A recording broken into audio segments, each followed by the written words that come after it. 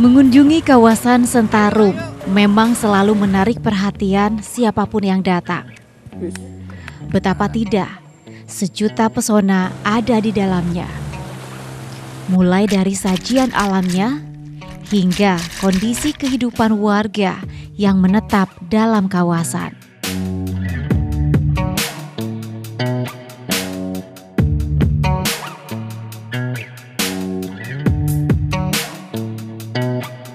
Warga secara turun-temurun sudah mendiami kawasan konservasi sebelum pemerintah menetapkan secara resmi sebagai kawasan hutan lindung.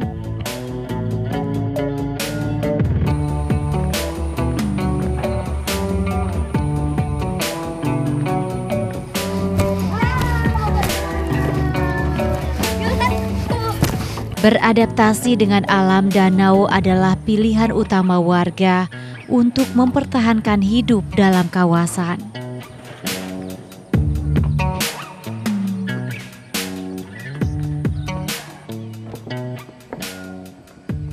Masyarakat Danau Sentarum memang sangat bergantung pada alam. Mereka memanfaatkan danau yang berada di depan rumah mereka untuk membuat keramba bagi budidaya ikan toman. Uniknya, satu rumah minimal mempunyai satu keramba ikan toman yang isinya ribuan ekor ikan toman.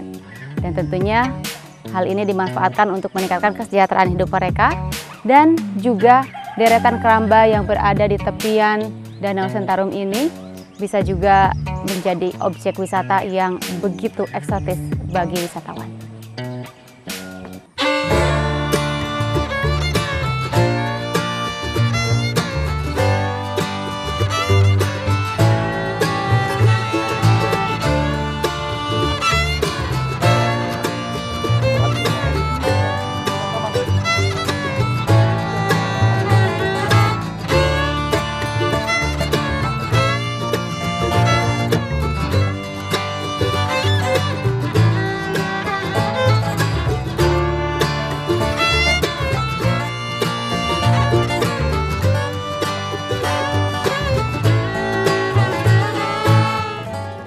Membudidayakan jenis ikan khas danau adalah jalan hidup warga hingga saat ini.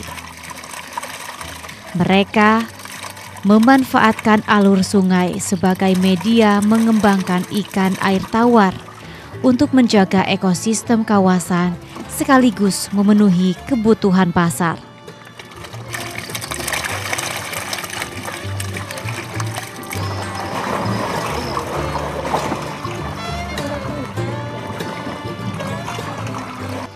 Ratusan spesies ikan air tawar hidup dalam kawasan, baik untuk keperluan ikan hias maupun konsumsi.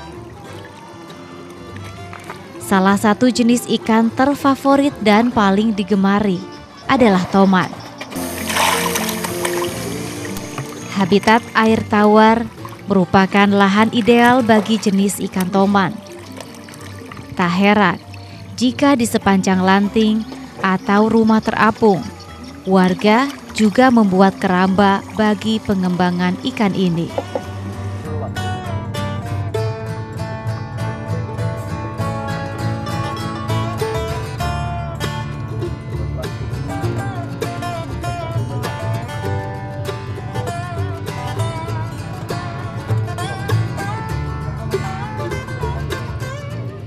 Dengan luas keramba 5 meter persegi, jumlah ikan di dalamnya dapat mencapai ratusan hingga ribuan ekor. Yang pasti, ikan ini harus terus bergerak dan mendapat pakan yang cukup agar cepat besar.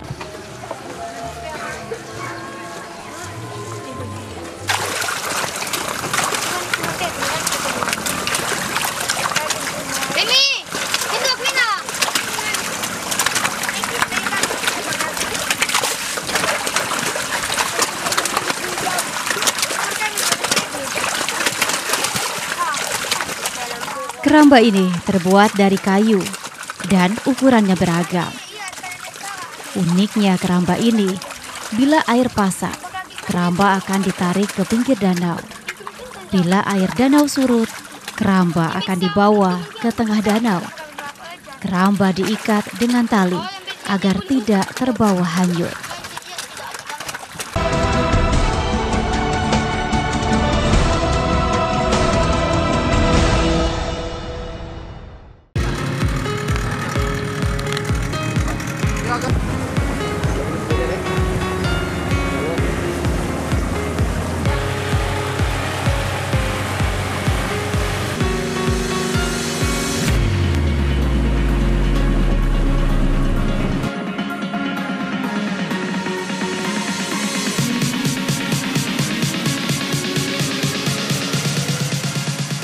Penduduk memperoleh ikan kecil dengan menebar jala atau memasang jebakan ikan. Warga menyebutnya dengan pemasangan jermal, memilih tempat banyaknya ikan berkumpul. Nah, banyak banget. Wah, banyak juga ya. Tiap hari Pak ngambil pakan ikan buat Toman nih? Tiap hari. Setiap nelayan minimal memasang 2-3 jermal untuk mendapatkan ikan-ikan kecil dengan bobot 50-100 kg setiap harinya. Banyaknya.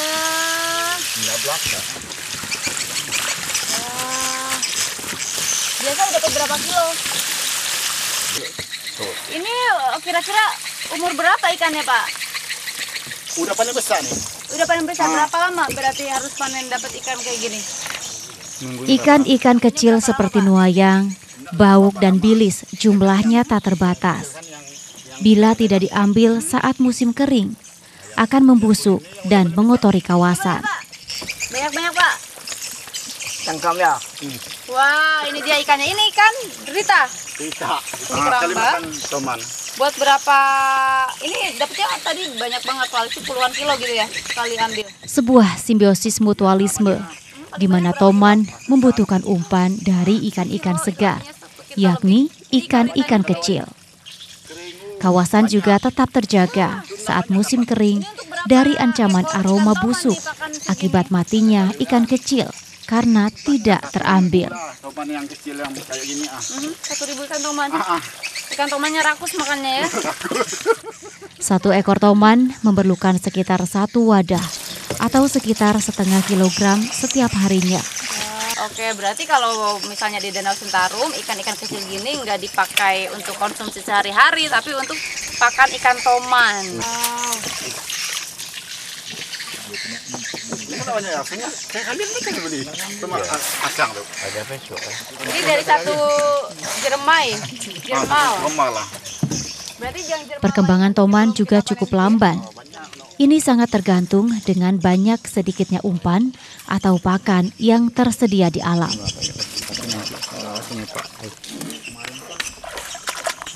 Besok kita bisa dapat segini lagi, Pak? Jumlah ikan umpan setiap tahun mengalami penurunan seiring bertambahnya jumlah petani keramba serta faktor alam lainnya. Bila kebutuhan pakan tercukupi, 1 tahun beratnya antara 3 kg lebih. Nah, ini dia hasil jermal ya. Dari 1 jermal kita udah dapat pakan ikan untuk ikan Toman sebanyak ini. Ini baru dari 1 jermal. Masih ada berapa jermal lainnya? Semuanya ada berapa jermal, Ai?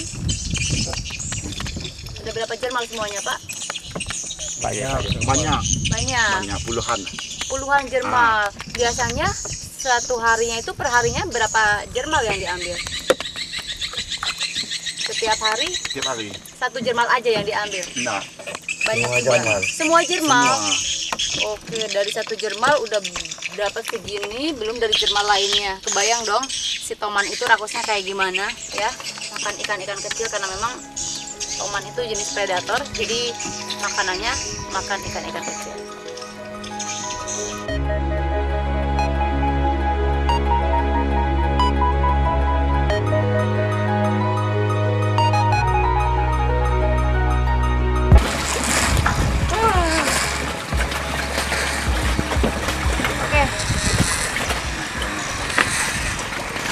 Kita mau ngasih makan ikan Toman. Gimana Pak?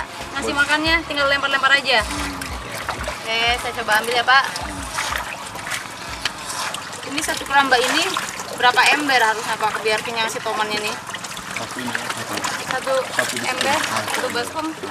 Untuk siap panen, sesuai dengan kebiasaan warga di sini, masa panen menunggu umur ikan dewasa dengan bobot mencapai 2-5 kg. Butuh waktu sekitar setahun membuat ikan tumbuh dewasa.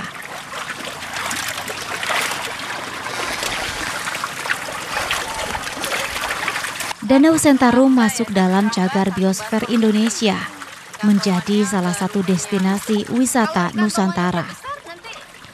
Budidaya ikan toman menawarkan pemandangan khas wisata budaya. Sebagai daerah tujuan wisata satu sisi lain menjadi kawasan konservasi. Maka tidak sembarangan untuk menikmati. Pengunjung harus mengantongi simaksi atau surat izin masuk kawasan konservasi, baik wisatawan domestik maupun mancanegara. Simaksi nantinya dikeluarkan dari Kepala Balai Taman Nasional Danau Sentarum. Bapaknya udah makan belum? Belum. Tomannya dulu yang dikasih makan sebelum bapaknya. Nanti bapaknya makan ikan toman. Tomannya makan ikan ini. Toman makan ikan rika. Ikan toman ini memang rakus, dia predator dan memang nanti kalau misalnya udah setahunan lebih, itu bobotnya dari satu ekor ikan tuh bisa mencapai 2-8 kilo. Wah, besar banget pasti satu ekor bisa 8 kilo. Panjangnya kurang lebih 1 meteran lebih. Luar biasa, besar.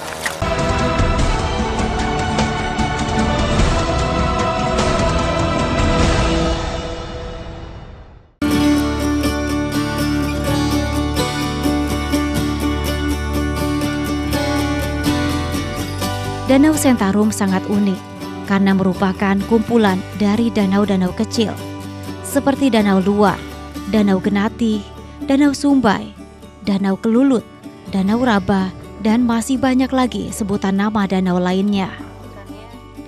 Saat musim hujan, danau-danau ini akan meluap sehingga airnya menyatu menjadi danau besar yang disebut Danau Sentarum.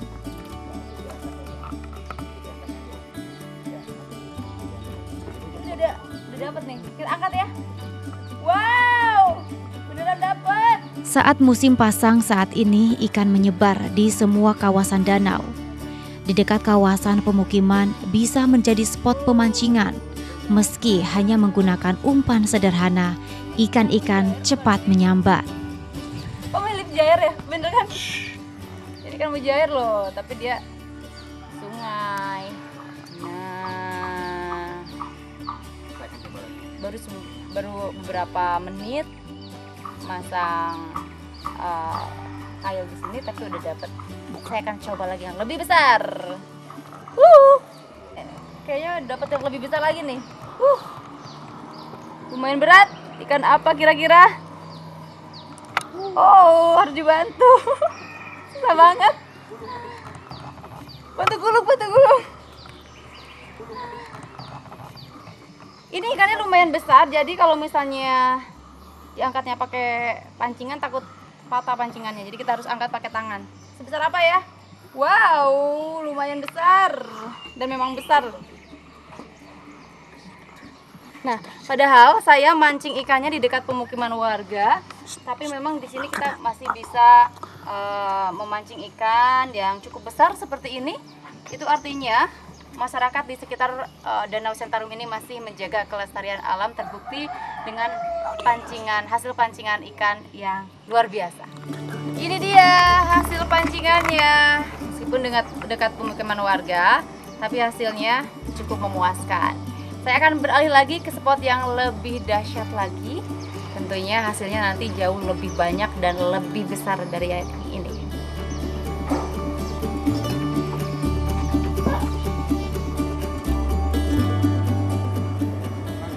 Di kawasan jauh dari pemukiman, merupakan habitat terbaik induk toman yang bobotnya lebih dari 1 kg per ekornya. Cukup memasang tajur, warga Sentarum mengenalnya. yakni pancing yang diikatkan di ranting, menunggu beberapa saat akan mendapatkan predator yang memangsa aneka jenis ikan lainnya, yakni toman.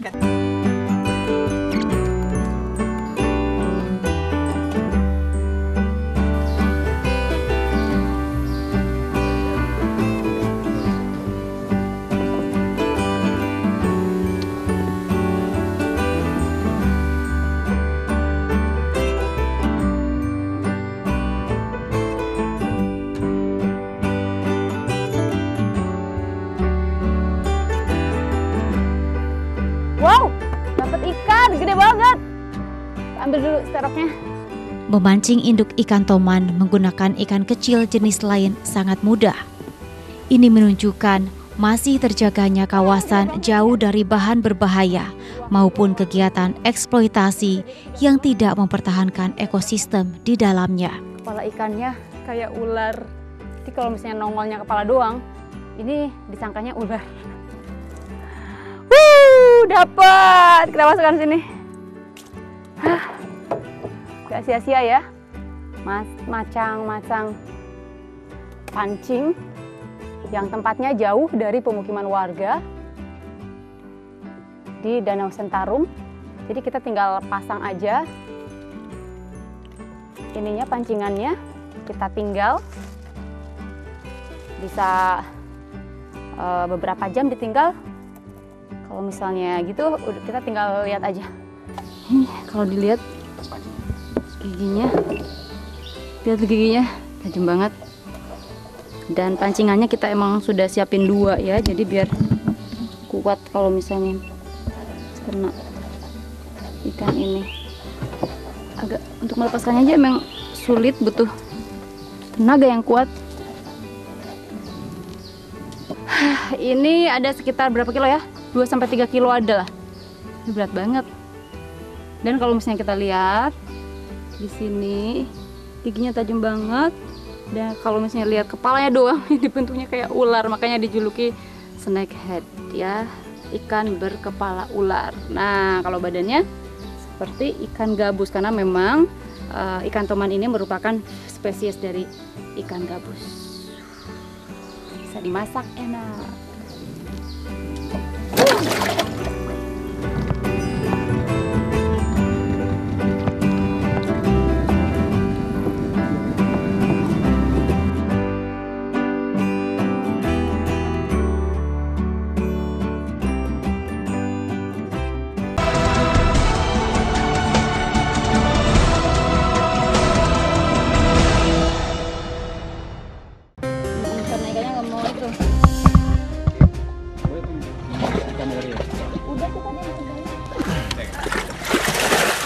Nah, ini dapat lagi. Kayaknya ini lebih besar lagi deh. Wow.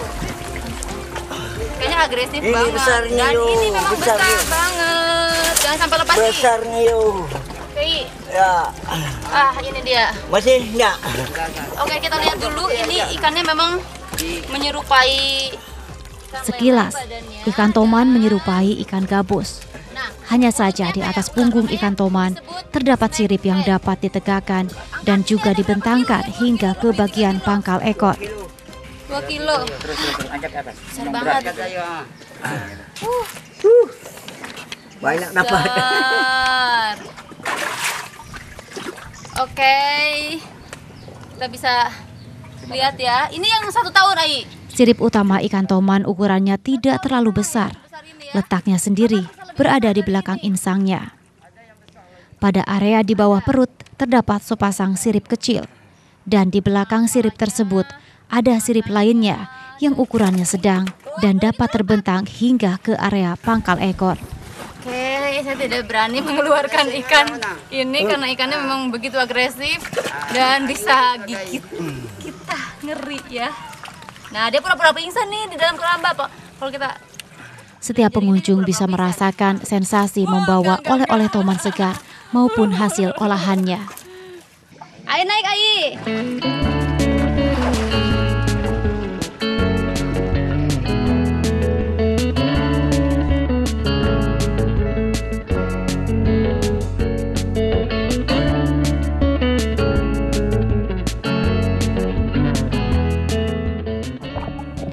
Toman juga kerap diasinkan dan dijual ke daerah lain sebagai ikan gabus asin, serta ada pula yang pengolahannya dibuat menjadi salai ikan.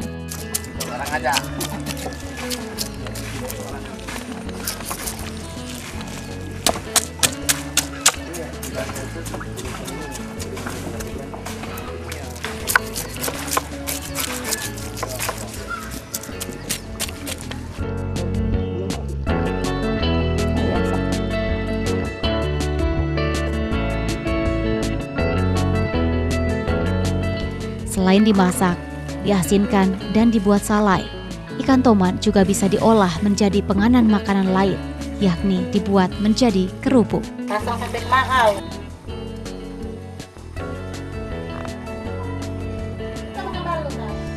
Balot apa? Balut tuh bisa dikasih. Jam 12 nanti. Tuh, digituin terus, terus. Bu. Ya, dari ikan itu memang bisa dibuat beragam jenis makanan, tidak hanya ikan sebagai lauk untuk nasi ataupun ikan asin. Di sini juga kita bisa lihat nih. Ini ada kerupuk, ini juga kerupuk ikan dan enak banget. Kalau misalnya dari Kapuas itu yang terkenal juga salah satunya adalah kerupuk ikan ini. Jadi rasa ikannya begitu terasa. Kabupaten Kapuas Hulu memang sebagai daerah penghasil kerupuk ikan terbaik di Kalimantan Barat. Kerupuk ini memiliki cita rasa dan aroma khas tersendiri, serta mencerminkan identitas dan budaya khas Kalimantan Barat.